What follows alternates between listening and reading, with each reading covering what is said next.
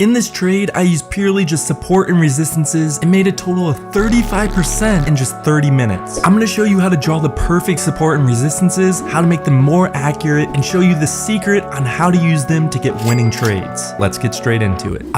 Support and resistances. One of the first things you learn when you start to trade. I remember my first time drawing a support, and oh boy have I learned a lot since then. Unlike most of my videos where I go over indicator strategies, this video is going to be about the foundation of trading. I'm gonna be honest, most people do know how to draw support and resistances, but 99% of them don't know how to use them correctly. First things first, you wanna do what I call the top-down approach. This is where you go on a higher time frame than what you normally trade on and draw your support and resistances there. So for example, if you're day trading and are on the 1 minute or 5 minute time frame, you should be going on the 1 hour time frame to draw your levels. There are a lot of reasons for this. One being support and resistances on higher time frames are more accurate and price respects them a lot more, so you won't get as many false breakouts. Nobody likes false breakouts. No!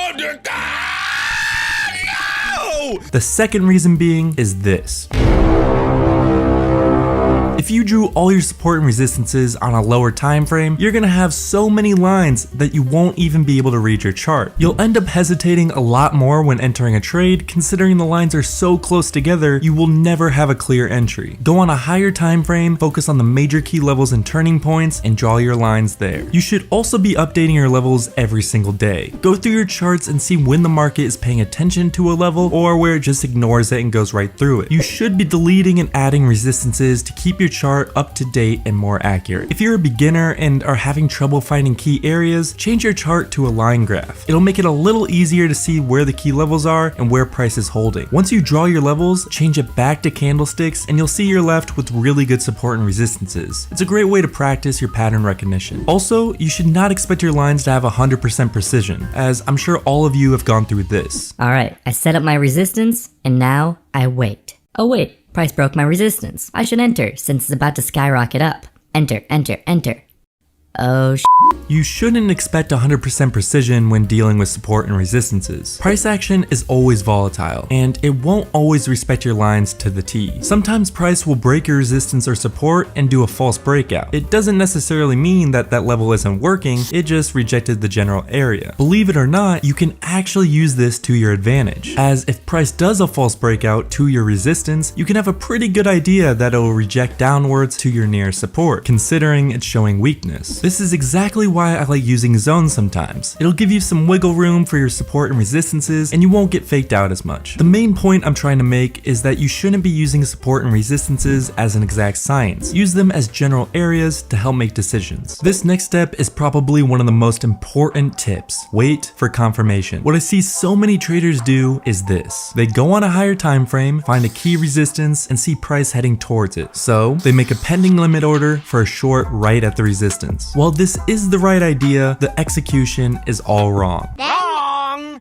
That's wrong! As sure, this is a key resistance point, but who's to say price won't just break through it like it does here, and then you end up with a losing trade. What you should be doing is wait for confirmation. One way to do that is like this. We found a key resistance on a higher time frame and price just hit it. Instead of prematurely entering, we see that price is creating a trend line heading upwards, and we see a key pivot point right here where price has to break. So instead of entering a short up here, wait for price to break this trend line and key pivot point for confirmation that price is reversing. This is where you would enter your trade. That's just one example, and you can do it so many other ways, but you should be using confirmation signals to really increase your win percentage when using support and resistances. Now it's time to share with you how to make your support and resistances way more accurate. But before we do that, I want to share with you this really cool website I found called Capitalize. Now, remember earlier how we were talking about pivot points? Well, what if you could automate this process and make a trading bot to automatically enter a position when it crosses above a pivot point and close the position, say when the RSI becomes overbought? That would be pretty cool, right? Well, I'm sure you're thinking, Well, I don't necessarily know how to code or make a bot for that matter. that's where this website comes into play. They make it really easy to automate trading strategies to where you can type them out in plain English. So for example, you could do, if Bitcoin crosses above the daily pivot point, buy $10,000 worth of Bitcoin. Then sell $10,000 worth of Bitcoin if the RSI crosses above 70. 70. That's just one simple example, but you can make it so much more complex and add so many different indicators. And the cool thing is, you don't need to know how to code at all. Thought I'd share it with you guys. If you're interested in trying it out, I'll leave a link in my description. Let's get back to the video. The next tip I'm going to share with you guys is use Confluence clusters. This tip is huge. Now, you may be asking yourself, What the hell is a Confluence cluster? what I mean by a Confluence cluster is use other indicators like pivot points, VWAP, or moving averages and pair them with your support and resistances. So for example, we have a moving average and a support in the same exact area. This makes the support way stronger and we can predict price will respect it a lot more because of this confluence. The more confluences and reasons for price to respect the support or resistance, the better. You should never be using support and resistances by themselves. Let me show you a live example of a winning trade using this strategy. We see prices leveling out and using this support on a higher time frame. Instead of just entering here and expecting price to respect this level, we wait for confirmation in other confluences. So we go to a lower time frame, see a key area price has to break to start trending upwards, add some moving averages and pivot points, and once price breaks all these confirmations, then we enter a trade. So as you can see, price broke all these confirmation signals, we enter a trade, then we make our profit. Support and resistances are such a key part of trading. If done correctly, they can be extremely powerful. If you want to see a more advanced example of using this method of trading, watch this video where I go over some advanced techniques and a specific trade example of using this specific method. Thanks for watching, and I'll see you guys next time.